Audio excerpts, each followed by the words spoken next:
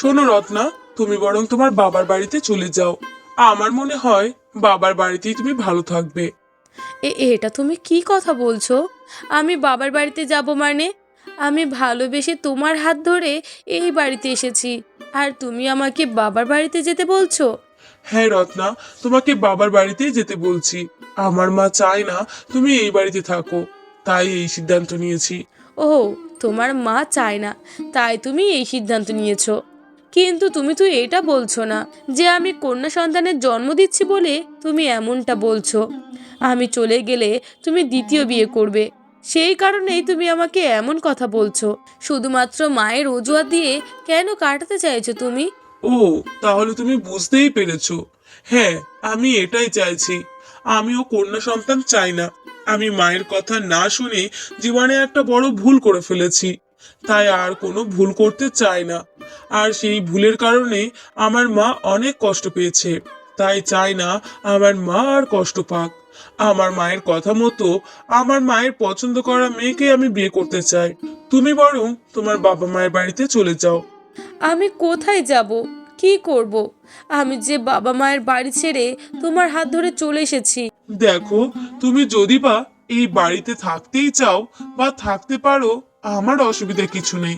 তবে আমি দ্বিতীয় বিয়ে করার পরে সেই আমার স্ত্রীর পরিচয় পাবে। তুমি কিন্তু আমার স্ত্রীর পরিচয় পাবে না। আর তোমার যে সন্তান জন্ম নেবে, সেই সন্তানও কখনো আমাকে বাবা বলে ডাকতে পারবে না। ওগো, এটা তুমি কি বলছো? আমাকে এমন শাস্তি দিও না। আমি কি ভুল করেছি? আমাকে এমন শাস্তি কেন দিচ্ছ? দেখো, তোমাকে কোনো রকম শাস্তি আমি দিতে চাইনি বলেই তোমাকে তোমার বাবার বাড়িতে যেতে বলেছি। তুমি যেহেতু তোমার বাবার বাড়িতে যাবেই না, সেহেতু তোমাকে সতীনের ঘর করতে হবে। আর এটাই আমার শেষ কথা। কিভাবে মানুষ এত তাড়াতাড়ি পাল্টে যেতে পারে? যেই মানুষ আমাকে ভালোবেসে আমার হাত ধরে এই বাড়িতে নিয়ে এসেছিল, আজ সেই মানুষটি আমাকে এই বাড়ি ছেড়ে চলে যেতে বলেছে। হে বিধাতা, এখন আমি কি করব?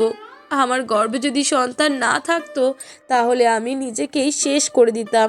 কিন্তু আমি নিজের জীবন শেষ করতে পারবো না, কারণ আমার সঙ্গে আরও একটা প্রাণ জড়িয়ে আছে। আমি যে এই কাজ করতে পারবো না। হে বিধাতা, আমাকে শক্তি দাও, আমি যেন সুস্থ স্বাভাবিকভাবে আমার সন্তানকে এই দুনিয়ায় আনতে পারি। মারে, মন খারাপ করিস না। সবকিছুই শুনেছি। আমি জানি তোর এই সময় মনের উপর দিয়ে কি চলছে। তুই চিন্তা করিস না মা, আমি তোর বাবা আছি না। আমি সব সময় তোর পাশে থাকবো। হ্যাঁ বাবা, এই বাড়িতে শুধুমাত্র তুমিই আমাকে বোঝো, আমাকে ভালোবাসো।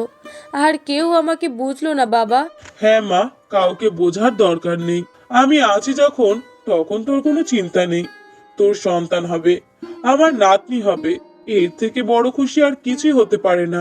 কিন্তু বাবা, আমার সন্তান যে এই দুনিয়াতে আসবে, সে তো তার বাবার পরিচয় কোনোদিন পাবে না। সে কেমনভাবে বড় হবে বাবা? প্রয়োজন নেই। এমন কুলাঙ্গার বাবা থাকার থেকে না থাকাই ভালো। আজ আমার মনে হচ্ছে এমন ছেলে জন্ম দিয়ে আমি জীবনের সব থেকে বড় পাপ করেছি। যেই ছেলে মায়ের কথাতেই স্ত্রীকে ভুলে যায়। বাবা, আমিও অবাক হয়েছি আপনার ছেলের এমন পরিবর্তন দেখে। যেই ছেলে আমাকে ভালোবেসে এই বাড়িতে এনেছে, সেই কিনা আমাকে এই বাড়ি ছেড়ে চলে যেতে বলেছে। আমি কেমন করে সইব বাবা? তুই একদম চিন্তা করিস না মা। তোর সন্তানকে দুনিয়ায় সুস্থভাবে আসতে দে। তারপরে কি করতে হয় সেটাও আমি দেখে নেব। এমনভাবে দেখতে দেখতে বেশ কিছুদিন কেটে যায়। রত্নার বাচ্চা প্রসবের সময় হয়ে আসে। রত্না অনেক কষ্ট পায়, কিন্তু তার স্বামী তার সাথে থাকে না। তার শ্বশুরমশাই তাকে নিয়ে হসপিটালে যায় এবং সেখানেই রত্না তার কন্যা সন্তানের জন্ম দেয়। বাবা, কেউ আসেনি আমার সন্তানকে দেখার জন্য? না রে মা, কেউ আসেনি তোর সন্তানকে দেখবার জন্য, কারোর সময় হয়নি। আরে, আজ তোর সন্তান জন্ম নিয়েছে। অন্যদিকে আমার কুলাঙ্গার সন্তান দ্বিতীয়বার বিয়ে করার জন্য তার মাকে নিয়ে গিয়েছে। কি বাবা, আপনার ছেলে বিয়ে করতে গিয়েছে? হ্যাঁ রে মা, তোর স্বামী আবার বিয়ে করতে গিয়েছে। বাবা, আমার সন্তানকে একটাবার দেখার সময় হলো না। আমি যে ওই বাড়ি ছেড়ে চলে এসেছি সবাই তো জানে বাবা, তাও কেউ আমার সন্তানকে দেখতে আসলো না। না রে মা, কাউকে দেখতে আসতে হবে না, আমি আছি তো। আমি তোর সন্তানকে দেখব, তোর সন্তানকে দাদুর ভালোবাসা দিয়ে আমি মানুষ করব। তুই এসব নিয়ে একদম চিন্তা করিস না। হ্যাঁ বাবা, আপনি ভালোবাসবেন ঠিক আছে, কিন্তু আমার স্বামী যদি একটাবার আমার সন্তানকে দেখতে আসতো তাহলে তাহলে আমি অনেক খুশি হতাম বাবা। মারে, তার কি সময় আছে তোর বাচ্চাকে দেখার জন্য? তার তো এখন দ্বিতীয় বউ নিয়ে মাতামাতি শুরু করে দিয়েছে। তোর সন্তান দেখতে আসার কোনো সময় নেই তাদের। আমি যতদিন বেঁচে আছি তোর আর তোর সন্তানের কোনো অসুবিধাই আমি হতে দেব না। বাবা, আমি বরং আমার সন্তানকে নিয়ে ওই বাড়িতে আর ফিরবো না। আমি আমার সন্তানকে নিয়ে আমার মা বাবার কাছে চলে যাব। নিশ্চয়ই আমার মা বাবা আমাকে গ্রহণ করে নেবে। আমার জন্য না হলেও আমার সন্তানকে দেখে ঠিকই তারা আমাকে মেনে নেবে। না, এটা তুই কি বলছিস মা? আমি ওর দাদু। তুই আমাদের বাড়ির সন্তানকে আমাদের বাড়িতে না নিয়ে গিয়ে তোর বাবার বাড়িতে নিয়ে যাবি? এটা তো হতে পারে না। আমি কতদিন থেকে অপেক্ষা করছি, আমার একটা নাতনি হবে, আমাকে দাদু বলে ডাকবে, আমি কত খেলা করব তার সাথে। আর তুই চলে যাবি মানে? বাবা, ওই বাড়িতে গিয়ে আমি কি করব? কি পরিচয়ে থাকবো বাবা? আপনার ছেলে তার দ্বিতীয় স্ত্রীকে নিয়ে সেই বাড়িতে থাকবে, আর সেইখানে আমি কেমন করে আমার সন্তানকে নিয়ে থাকবো বাবা? তারা তো আমার সন্তানকে দেখতেও পারবে না। দেখ মা, আমি যতদিন বেঁচে আছি তোর আর তোর সন্তানের কোনো অসুবিধাই আমি হতে দেব না। তোদেরকে সুখে রাখবো আমি, কারণ ওই বাড়িটা এখনো আমার নামে আছে। আর আমি আমার বাড়িটাকে কি করব সেটা আমি সিদ্ধান্ত নিয়েই নিয়েছি। তুই একদম চিন্তা করিস না মা, ডাক্তারবাবু বলেছেন আর 2-4 দিনের মধ্যেই তোকে এখান থেকে ছেড়ে দেবে। আমি তোকে আর আমার নাতনিকে নিয়ে বাড়িতে ফিরবো। এমনভাবেই 4 দিন কেটে যায়। রত্নাকে হসপিটাল থেকে ছেড়ে দেওয়া হয়। এ কি, আপনি কে? এই বাড়িতে কি দরকার আপনার? আমি কে মানে? তুমি কে? আমি আমি এই বাড়ির মালকিন। কি? 2 দিন এই বাড়িতে আসতে পারোনি আর নিজেকে মালকিন দাবি করে ফেলেছো? হ্যাঁ, আমি এই বাড়ির মালকিন, কিন্তু আপনাকে তো চিনলাম না। আপনি কে? আমি আমি বাড়ির কে? তোমার স্বামী এবং শাশুড়ি মাকে ডাকো, ওরা আসলেই জানা যাবে আমি এই বাড়ির কে। ঠিক তখনই রতন এবং তার মা সেখানে উপস্থিত হয়। এ কি, তুমি এই মেয়েকে নিয়ে আবার এই বাড়িতে ফিরে এসেছো? তোমাকে না বারবার বলেছিলাম এই মেয়েটাকে ওর বাবার বাড়িতে রেখে আসবে? তুমি আমাদের কারো কথা শুনলে না। তোমাদের কথা শুনে আমার কি কাজ বলো তো? আমি এই অসহায় মেয়েটাকে কেমন ভাবে ফেলে রেখে আসতে পারি? ওকে আমি আমার মেয়ে ডেকেছি, ও আমাকে বাবা ডেকেছে। আর বাবা কখনো এত স্বার্থপর হয় না। তাই বলে ওই মেয়েকে আবার এই বাড়িতে আনার তো কোনো মানে হয় না। ওই নাতনিকে আমরা গ্রহণ করব না।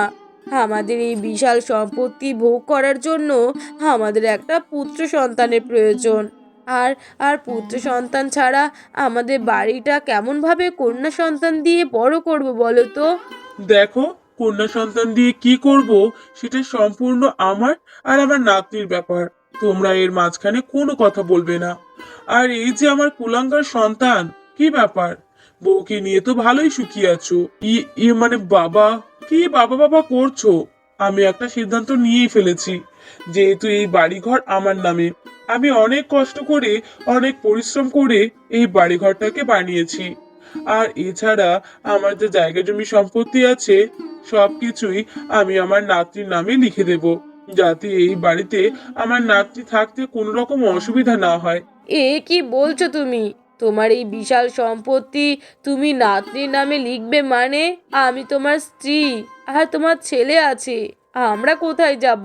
তোমরা কোথায় যাবে সেটা তোমরাই ভেবে দেখো। যেহেতু এই সম্পত্তি এখনো আমার নামে আছে, তাই আমার সম্পত্তি আমি কাকে দেব না দেব সেটা বিষয়ে চিন্তা করারও দায়িত্ব আমার। তোমাদেরকে এই বিষয়ে কোনো চিন্তা করতে হবে না। আমার নাতনিকে সব সম্পত্তি আমি লিখে দেব। আর আমার নাতনি যতদিন না 18 বছর হচ্ছে ততদিন এই সমস্ত সম্পত্তি দেখভাল করার দায়িত্ব আমার বৌমার। বাবা, এটা তুমি কি করলে? আমি তোমার সন্তান, তুমি আমাকে কিছু না দিয়ে ওই নাতনির জন্য এত কিছু করলে। হ্যাঁ, আমি আমার নাতনিকে ভালোবাসি, আমার নাতনির জন্য আমি সব করব। কারণ এটুকু জানি, আমি যখন দুনিয়া ছেড়ে চলে যাব, তখন তোরা আমার বৌমা এবং নাতনিকে ভালোভাবে কখনোই থাকতে দিবি না।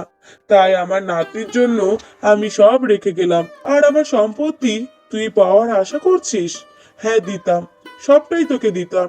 কিন্তু তুই যে বেয়াদবির কাজ করেছিস, বৌমাকে রেখে অন্য মেয়েকে বিয়ে করেছিস, সেহেতু তোর এমন কর্মের জন্য তোকে তো ফল ভোগ করতেই হবে। এই সম্পত্তি তোর কিছুই না, সবকিছু আমার বৌমা আর নাতনির নামে। বাবা, আমার ভুল হয়ে গেছে, আমি রত্নাকে ভালোবাসি, আমি রত্নাকে গ্রহণ করব। বাবা, আমাকে ক্ষমা করে দাও। না, তোর কোনো ক্ষমা নেই। তোর মতো কাপুরুষ রত্নার স্বামী হওয়ার যোগ্যতাই নেই। যেই স্বামী তার কন্যা সন্তান হওয়ার জন্য স্ত্রীকে ফেলে অন্য নারীকে বিয়ে করতে পারে, আশা করি সেই স্বামী কখনোই তার স্ত্রী সন্তানকে যথাযথ সম্মান দিতে পারবে না। আর শোনো, তোমাদের মা ছেলেকে বলে দিচ্ছি, তোমরা এই বাড়িতে থাকতে পারবে না। তোমরা কোথায় থাকবে, কি করবে, তোমরা ভাবনা চিন্তা করো। আর এই বাড়িতে শুধুমাত্র আমার মেয়ে আর নাতনি থাকবে, আর কেউ থাকবে না।